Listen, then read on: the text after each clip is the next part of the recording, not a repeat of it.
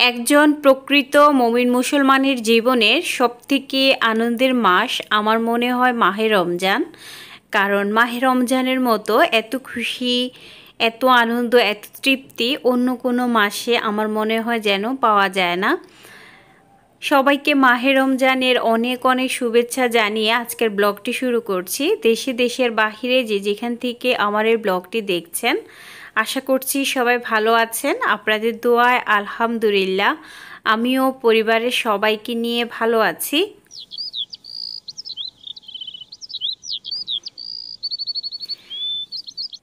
যেহেতু আর অল্প কিছু দিনের মধ্যেই মাহে রমজান শুরু, সেহেতু আগেই কিন্তু বাসার সমস্ত ক্লিনের কাজগুলো করছি। যদিও আমি দৈনিকই আমার এই ক্লিনের কাজগুলো করে থাকি, তারপরেও কিন্তু আজকে আরেকটু ভালো করে করার চেষ্টা করছি। আসলে দৈনিক যদি বাসার সমস্ত কিছু ক্লিন করা হয়ে থাকে তাহলে কিন্তু তেমন বেশি কিন্তু ধুলো ময়লা জমে না, খুব সহজেই কিন্তু পরিষ্কার করা যায়। নতুন বাসায় আসার পর এটাই কিন্তু আমার এই যে ক্লিনিং কিংবা এক কথা যদি বলি লাইফস্টাইল ব্লগ, এটাই কিন্তু আজকে প্রথম। কারণ আমি নতুন ফ্ল্যাটে আসার পর মোটামুটি যা ভিডিওই দিয়েছি, কিন্তু এইভাবে কিন্তু আর ভিডিও দিই নাই। তো এই প্রথম আজকে নতুন ফ্ল্যাটের ভিডিও ডিটেলসে আপনাদের সাথে শেয়ার করছি। তো আসলে সব কিছু ক্লিন করার মাঝে যে একটা আনন্দ আছে সেটা কিন্তু অন্য কিছুতে নাই। আর বিশেষ করে রোজা আসার আগে, ঈদ আসার আগে, কোরবানির ঈদ আসার আগে আমরা যে সব কিছু ক্লিন করি সেটা যে কতটা আনন্দ বা কতটা ভালোবাসা থেকে করা হয় এটা কিন্তু আসলে যে করে শুধু সেই জানে। চারদিকে শুধু রোজা রোজা গন্ধ, বাতাসের সাথেও আমার মনে হয় যে রোজার একটা যে সুঘ্রাণ সেটা যেন মানে ভেসে আসছে এমন একটা। আর মনের ভিতরে মানে এত বেশি একটা আনন্দ হচ্ছে, এত তৃপ্তি হচ্ছে যে আর 2-4 দিন পরেই কিন্তু রমজান। সেই যে একটা আনন্দ ছোটবেলা থেকে দেখে এসেছিলাম যে মানে যেটা আমিও করেছি যে রমজান আসার আগেই কিন্তু আমরা যখন গ্রামে ছিলাম তখন দেখতাম যে আমরা সবাই মিলে বাড়ির যে ঘরে ফিরা থেকে শুরু করে একবারে সব কিছু মানে ধোয়া থেকে শুরু করে তারপরে মাজা থেকে শুরু করে সব কিছু করা হতো, বিছানার পাটি থেকে শুরু করে সব কিছু। কিন্তু সেটা দিনে দিনে এখন কিন্তু একটু কমে যাচ্ছে, কারণ এখন তো আসলে মানুষ দৈনিকই সব কিছু ক্লিন করে।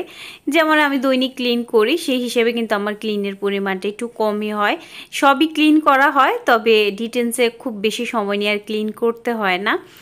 আর দেখা গেছে যে রোজা বা শবে বরাত, শবে কদর, শবে মেরাজ এগুলো আসার পূর্বে কিন্তু আমরা প্রত্যেকের ঘরে ঘরে এই যে একটা আনন্দ যে সব কিছু ধুয়ে নিতে হবে, ক্লিন করতে হবে আল্লাহর রহমত আসার জন্য, এই যে একটা মানে অনুভূতি, এটা আমার কাছে এত বেশি ভালো লাগে যে এই জিনিসটা আসলে খুব বেশি আনন্দের হয়।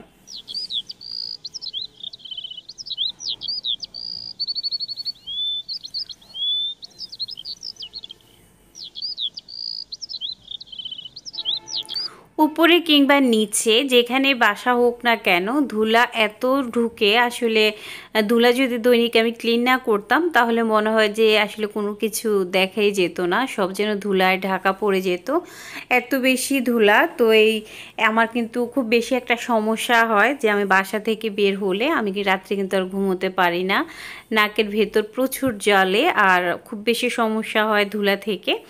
তো এই একটা সমস্যা নিয়ে আমাকে কিন্তু মানে দিন পার করতে হয়। বাসায় যতক্ষণ থাকি ততক্ষণ কিন্তু আমার অসুবিধে হয় না, কিন্তু কোনো কারণে যদি বাসা থেকে বের হই তাহলে ওই দিন রাতে কিন্তু আর ঘুমোতে পারি না। তো সেই জিনিসটা খুব বেশি খারাপ লাগে।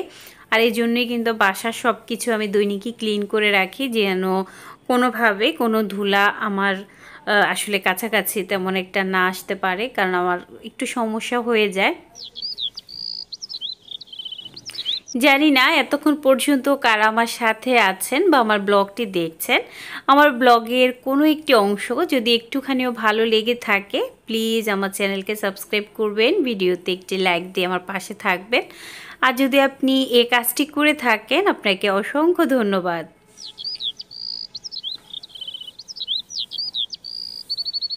তো আজকে ক্লিন করব। ক্লিনিংয়ের পাশাপাশি যেগুলো ধোয়ার বাকি আছে সব কিছু ধুয়েও নেব। তো দেখা গেছে সোফার কাভার থেকে শুরু করে বিছানার চাদর, কিছু কম্বল আছে, সব কিছু আজকে ধুয়ে দিব।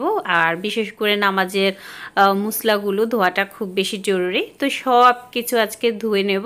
আর আজকে কিন্তু একটু কাজের প্রেশারও ছিল অনেক বেশি সকাল থেকেই।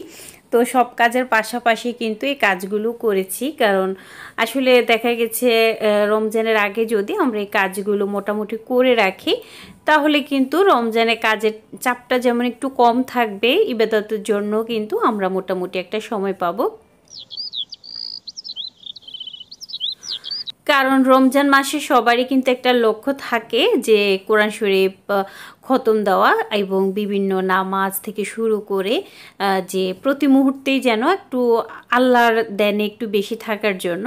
কিন্তু আমরা সংসারের কাজের জন্যই কিন্তু আমরা মহিলারা বেশিরভাগ সময় কিন্তু ইবাদতে মন দিতে পারি না। যখনই আমরা ইবাদত করতে বসবো দেখা গেছে ওই সময়টা আমাদের সংসারের কাজের দিকে মন চলে যায়। তো সেই ক্ষেত্রে কিন্তু আমরা যদি আগে থেকে সমস্ত কাজগুলো করে রাখি তাহলে কিন্তু আর এই সমস্যাগুলো তেমন একটা আসলে জটিল হয়ে ধরা দেয় না। মোটামুটি আমরা ইবাদতের জন্য যথেষ্ট সময় পেয়ে যাই। তো আমি কিন্তু মোটামুটি প্রয়োজন ইফতার থেকে শুরু করে কাজের আইডিয়া থেকে শুরু করে কীভাবে কী করবেন এগুলো কিন্তু আমি প্রায় অনেকগুলো ভিডিও আপলোড দিয়েছি। তো যেভাবে আপনারা ইফতারগুলো রেডি করে আগে থেকে ফ্রোজেন করে রাখতে পারবেন, শাকসবজি আগে থেকে ফ্রোজেন করে রাখতে পারবেন, যাতে আপনাদের রমজান মাসে শাকসবজি কিনে কেটে ধুয়ে পরিষ্কার করার ঝামেলা থাকবে না, সেই রকম কিন্তু প্রত্যেকটি ভিডিওই আমি শেয়ার করেছি। তো সবগুলি ডেসক্রিপশনে এবং আই বাটনে দেওয়া থাকবে, যদি আপনাদের প্রয়োজন হয় অবশ্যই দেখে নিতে পারেন। বাসায় যে আর্টিফিশিয়াল ফুল গাছগুলো থাকে এগুলো কিন্তু ধুলায় এত বেশি আসলে ঢাকা পড়ে যায়, সেক্ষেত্রে দৈনিক যদি পরিষ্কার করে রাখা যায় তাহলে কিন্তু কাজের চাপটা কমে যায়। আর বিশেষ করে রমজানকে সামনে রেখে সব কিছু যদি খুব ভালো করে একটু ক্লিন করে নেওয়া যায় তাহলে কিন্তু নিজের মনে একটু স্বস্তি পাওয়া যায়।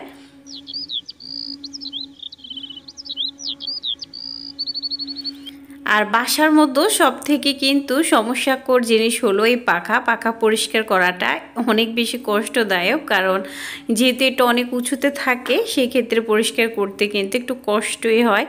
আর জানি না রমজান মাসে সবাই আসলে কেমন কাটবে বা কেমন কাটছে বা এখনকার সময়টা কার কিভাবে কেটে যাচ্ছে। তো আল্লাহর কাছে সবার জন্য দোয়া করি বা দোয়া করব, আল্লাহ যেন সবাইকে ভালো রাখেন, সুস্থ রাখেন এবং মাহে রমজান পালন করার তৌফিকটুকু দান করেন।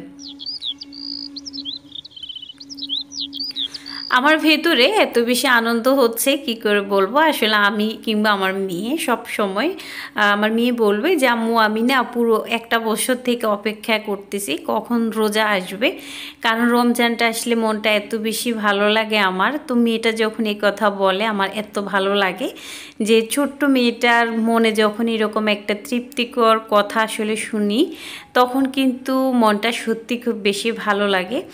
তো আল্লাহ সকল বাচ্চাদের মধ্যেই আসলে এইটুকু আসলে আমি বলবো যে এইটুকু কথা যেন তারা বলতে পারে সে তৌফিকটুকু দান করুক। কারণ তাদের অন্তরে যদি আসলে ছোটোবেলা থেকেই এই একটা জিনিস আসলে ঢুকে যায় তাহলে কিন্তু তারা এই যে বড় হলে অনেকেই রোজা রাখতে পারে না বা রোজা ভেঙে ফেলে, আমার মনে হয় এই জিনিসটাই কিন্তু আর থাকবে না। ছোটোবেলা থেকেই যদি তাদের অন্তরে এই জিনিসটা আসলে প্রবেশ করে। তো বাসার বেসিন কিন্তু আমি দৈনিকই ক্লিন করি, তো সেই ক্ষেত্রে কিন্তু বেসিন একদমই সেরকম আর নোংরা হয় না। তারপরে একটু ভালো করে ক্লিন করে নিচ্ছি, যেহেতু রমজানকে সামনে রেখে সব কিছু ক্লিন করছি সেই ক্ষেত্রে। তো কিন্তু যদি বেসিনে কালো বা কোনো রকম দাগ পড়ে তাহলে কিন্তু টাইলস ক্লিনার দিয়ে খুব সহজেই কিন্তু আপনারা বেসিনের দাগগুলো পরিষ্কার করতে পারবেন। অনেক সময় কিন্তু ওয়াশরুমের টাইলসের মধ্যেও কিন্তু এই বিভিন্ন ধরনের কালচে কালচে দাগ পড়ে যায়, তো সেগুলোও কিন্তু টাইলস ক্লিনার দিয়ে এক পলকেই কিন্তু পরিষ্কার করতে পারবেন।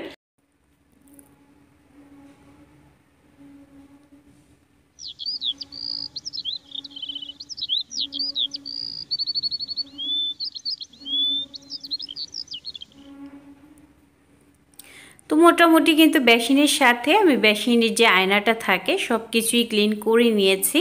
আর এখানে এখন আমি সব ক্লিন করা শেষে এখন সব কিছু ধুয়ে নেওয়ার পালা। তো এখানে বারান্দায় আমি যে টবগুলো লাগাতাম এই সাইকেলগুলো, তো সেগুলোই কিন্তু এখন একটু ক্লিন করে নেব, কারণ রাতে যেহেতু বৃষ্টি হয়েছিল সেই ক্ষেত্রে কিন্তু সব কিছু ধুলায় ভরে গিয়েছে। তো সেগুলোই কিন্তু এখন সুন্দর করে একটু ক্লিন করে নেব। তো আমি সপ্তাহে প্রায় 2 দিন 3 দিন বা 2 দিনই বেশিরভাগ করি, মাঝে মধ্যে 3 দিনও করা হয়। এই সাইকেলগুলো একটু ভালো করে ধুয়ে দিই, কারণ এগুলো ধুয়ে নিলে কিন্তু এগুলো দেখতেও সুন্দর লাগে আর তেমন কিন্তু আর ময়লা জমার কোনো সুযোগ থাকে না। যেহেতু আমি ছাদ বাগান করেছি, তো ছাদের পাশাপাশি কিন্তু আমি আমার বারান্দাতেও কিছু গাছ লাগিয়েছি। আর যেহেতু এগুলো ছোট বারান্দা, সেই ক্ষেত্রে কিন্তু খুব বেশি গাছ রাখা যায় না, সেজন্য কিন্তু ছাদে নিয়ে গিয়েছি গাছগুলো, আর সামান্য কিছু গাছ বারান্দায় রেখে দিয়েছি। তো সেগুলোরই কিন্তু সকাল বিকাল যত্ন নিতে হয়। আর এই বারান্দাটা কিন্তু আমি দুবার ক্লিন করি, সকালে একবার বিকেলে একবার, কারণ প্রচুর ধুলা আসে, সেই ক্ষেত্রে কিন্তু বারান্দাটা কিন্তু একটু ময়লা হয়ে যায়। আর যেহেতু বারান্দা থেকে কিন্তু আবার রুমে ঢুকতে হয়, রুম থেকে বারান্দায় যেতে হয়, সেক্ষেত্রে ক্লিন রাখাটা অনেক বেশি জরুরি। আর এখানে আমি সব কিছু ধুয়ে ছাদে নিয়ে এসেছি দিয়ে দেওয়ার জন্য। তো যেহেতু সামনে আবার বৃষ্টির দিন আসতেছে, সেই একটা জ্বালা, কারণ জামা কাপড় শুকানো কিন্তু আসলে অনেক কষ্টদায়ক হয়ে যাবে।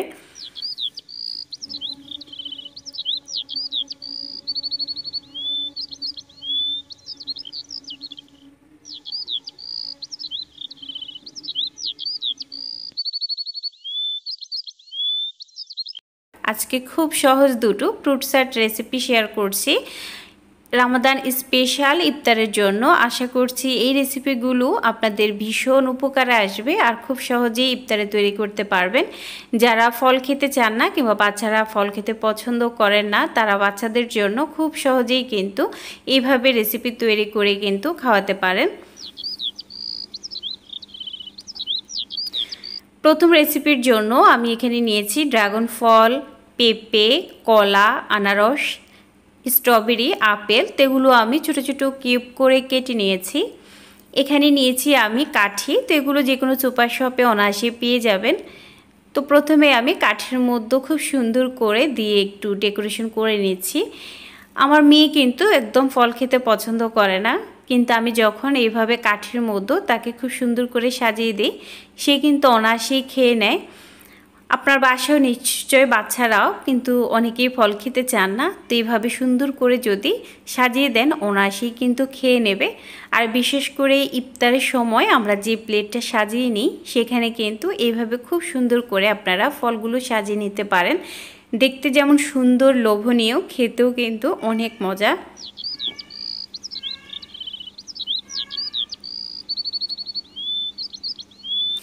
এভাবে আমি বাকি কাঠিগুলো ফল দিয়ে সাজিয়ে নিচ্ছি।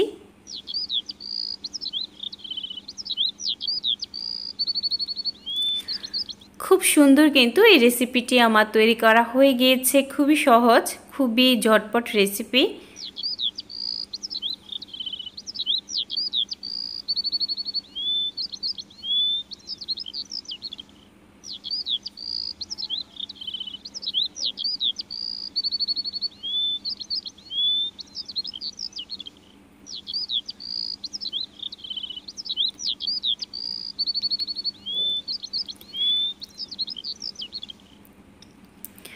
এখন আপনাদের সাথে দ্বিতীয় রেসিপিটি শেয়ার করছি। সেই জন্য আমি প্রথমে একটি পাত্রের মতো ছোটো ছোটো করে কাটা আপেলের টুকরো নিয়ে নিলাম কমলার টুকরো, আর এখানে আমি সাদা এবং কালো দু রকমের আঙ্গুর ফলই দিয়ে দিলাম। আর এখানে আমি দিয়ে দিচ্ছি কেটে রাখা স্ট্রবেরি।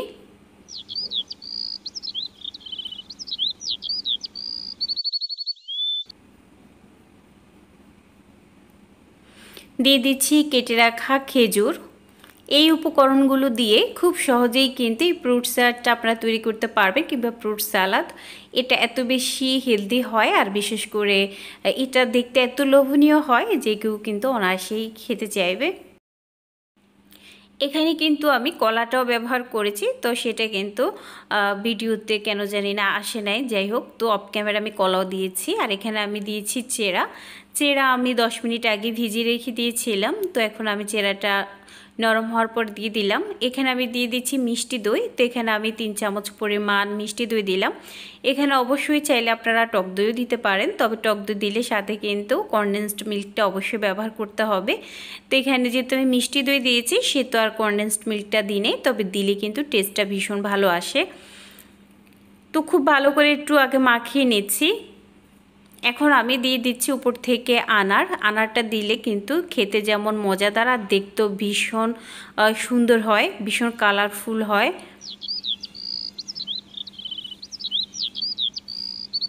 আসলে বিভিন্ন কালারের ফল হোক সবজি হোক সব কিছুই কিন্তু শরীরের জন্য ভীষণ ভীষণ উপকারী। আর সারাদিন রোজা রাখার পর যদি এরকম ফ্রুট সালাদ আসলে খাওয়া যায় ইফতারে, আমার মনে হয় এটা খুব বেশি উপকারী হয়। আর তৈরি করা যেহেতু ভীষণ সহজ। জানি না আজকের রেসিপি আপনাদের কেমন লেগেছে। যদি একটু ভালো লেগে থাকে প্লিজ একটি লাইক দিবেন, চ্যানেলকে সাবস্ক্রাইব করে পাশে থাকার জন্য অনুরোধ রইল। দেখা হবে নতুন কোনো পর্বে। সবাই ভালো থাকবেন, সুস্থ থাকবেন। আজকের মতো বিদায়। আল্লাহ হাফেজ।